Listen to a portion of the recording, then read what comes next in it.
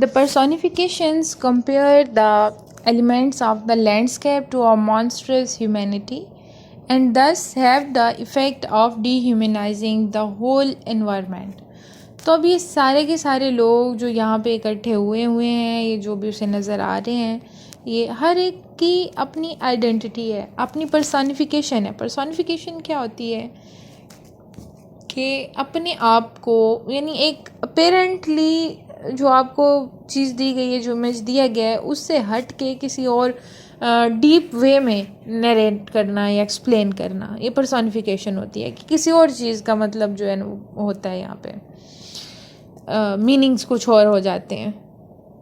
The villagers offer the speaker a white Italian hat and a black veil to wear for the meeting. अब ये black veil जो है, ये वो mask है जिसके ख्याल में हर किसी के चेहरे पे. और ब्लैक क्यों है? ब्लैक डार्कनेस को शो करता है और darkness is simple of Satanic forces या नेगेटिव फोर्सेस भी कह लें.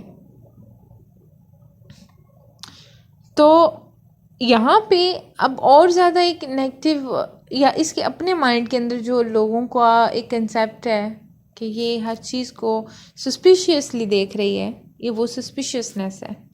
However, the villagers are dressed more fully in black than she is. लेकिन ये दूसरों को कह रही है कि वो मुझसे ज़्यादा ब्लैक है, उनके अंदर मुझसे ज़्यादा डार्कनेस है, मुझसे ज़्यादा वॉइसेस हैं. The speaker flaunts headgear, both black and white, suggesting that she is contradictory personage occupying a dualistic position.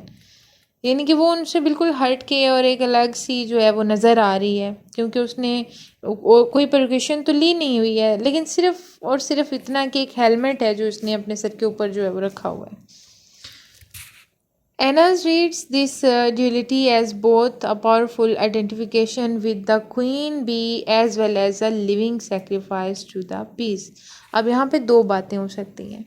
अपने आप को जो उसने अलग आइडेंटिटी दी हुई है ना, वो या तो वो अपने सर के ऊपर वो हेलमेट जो है उसको एज अ क्राउन वो रिप्रेजेंट करिए कि मैं इनमें एक मलका की तरह हूँ, एक बी क्वीन की तरह हूँ, मुझे इनसे डरने की कोई ज़रूरत नहीं. और सेकंड ये कि वो इसलिए कोई प्रिकॉशन नहीं ले रही कि जितना भी नुकसान है वो इसे हो जाए और बाकी सब लोग जो हैं वो कोई बेनिफिट गेन कर लें. और बेनिफिट क्या है? वो नेक्टर है, इनके वो इकट्ठा कर लें.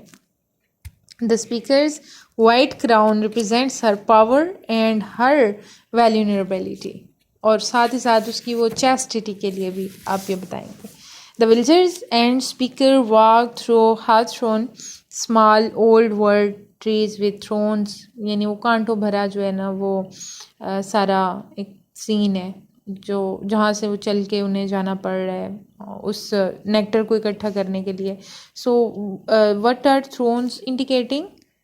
ये इंडिकेशन है that life is not a bed of roses and the occasional white and pink blossoms.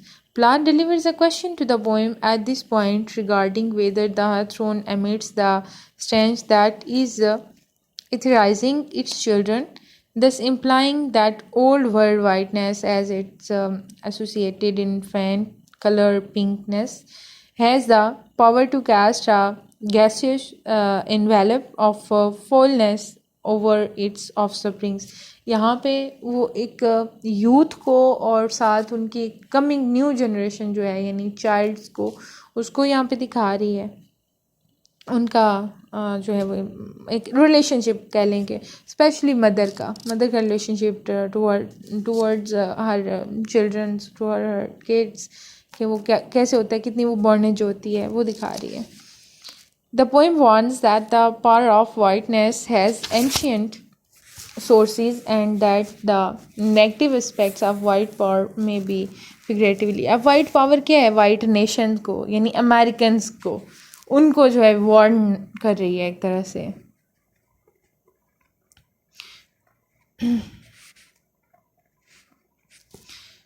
Many figuratively be inherited through the air that one breathes. Annas poignantly reads the outcome of the poem as hanging on images of whiteness. ये आप quit कर सकते हैं. Last पे देखें. However, Annas interprets these identifications as Plath's obsessions with the cycle of death and rebirth. अब एक और नई चीज़ हमारे सामने जो आई वो क्या है कि ये आफ्टर डेथ जो न्यू लाइफ है यानी रीबर्थ, उसको भी इसमें इसने ऐड किया हुआ है कि ये जो सेक्रीफाइस है ना, ये करने के लिए क्यों तैयार है, मौत को गले लगाने के लिए क्यों तैयार है, क्योंकि इसे यकीन है कि फिर नेक्स्ट जो इसे दोबारा ज़िंदगी अता की जाएगी उसमें बहुत सुकून होगा. The whiteness in this poem is also reflective of Plath's sense that the racially marked whiteness is an exhausting skin to be in, and that pressures of existing inside it ultimately led to an ultimate untimely and unforeseen figurative death.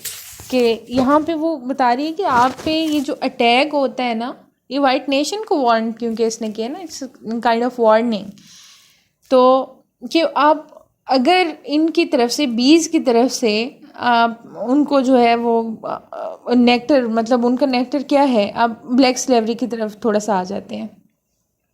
किसके हाल में वो जो बीज हैं उनका सारा labour और सब कुछ ये उनको ब्लैक नेशन को शो कर रही है, उनकी ट्रेडिंग को, कि सारा काम जो है हम उनसे ले रहे हैं और बदले में जो उन्होंने अपने फ़ायदे के लिए जो चीज़ रखी हुई है, अगर हम वो भी उनसे छीनने की कोशिश करते हैं तो वो कब तक इस चीज़ को टॉलरेट करेंगे, वो आप पे अटैक बैक करेंगे. और तब आपका ये जो सुपीरियरिटी कॉम्प्लेक्स है एक स्किन पे कि वी आर वाइट, हम जो है वो वाइट नेशन से हैं, हम अमेरिकन्स हैं, तो ये फिर काम नहीं आएगा. क्योंकि फिर जब आपको वो डेथ फेस करनी होती है तो फिर वो डेथ आ ही जाती है. अब मौत जो है वो फिर नहीं देखती कि आपकी नेशन क्या है, आपकी कास्ट क्या है, आप कितने क्लासी हो, ये वो चीज़ें नहीं होती. The speaker in B meeting fine heartedly utters, I am exhausted, and imagines herself as a pillar of white in a black out of knives. Black out मतलब वो उन सब के वो जो स्टिंगिंग है, उनके जो डंग है उसके आगे वो कह रही है कि मैं एक पिलर की तरह हूँ, कि मैं उनको भी समझा रही हूँ और ब्लैक जो नेशन है उनको भी कि आप अगर कोई इस तरह अटैक बैक करते हो तो इनोसेंट लोग भी हो सकते हैं कि जिनका कोई कसूर नहीं था, लेकिन उन्हें भी जो है वो आप अगर कोई मूवमेंट स्टार्ट हो ऐसी या कुछ, या फिर आपके जहन में कोई ऐसी मिसअंडरस्टैंडिंग है तो वो उसको ख़त्म करने की कोशिश कर रही है. She reluctantly understands that the black वेल्ड विल्जर्स have accomplished their task and that the task has been drain her of power and to bury her in a suitable coffin, a long white box in the groove. अब वो long box जो है वो coffin, ताबूत, वो death की representation में कर लेंगे. इन बी मीटिंग प्लॉथ highlights the enmity between blackness and whiteness, but ये अंडरलाइन कीजिएगा, ब्लैकनेस और वाइटनेस के दरमियान उन्होंने एनिमिटी दिखाई है. She clearly points out that whiteness willingly participate in its own demise by failing to understand that the white crown adorning its head signifies both authority and target. मतलब दोनों चीज़ों को. क्राउन क्या होता है, ये एक सिंबल ऑफ अथॉरिटी है कि अभी जो है वो अथॉरिटी वो तो अमेरिकन्स के पास है, लेकिन अगर वो ऐसे मिसबिहेव करते रहे तो फिर क्या होगा, फिर टारगेट भी वही होंगे. जैसे कि ये अब सब में खड़ी तो है लेकिन सब में प्रोमिनेंट है, अलग है, और even she is ready to sacrifice her self, लेकिन ये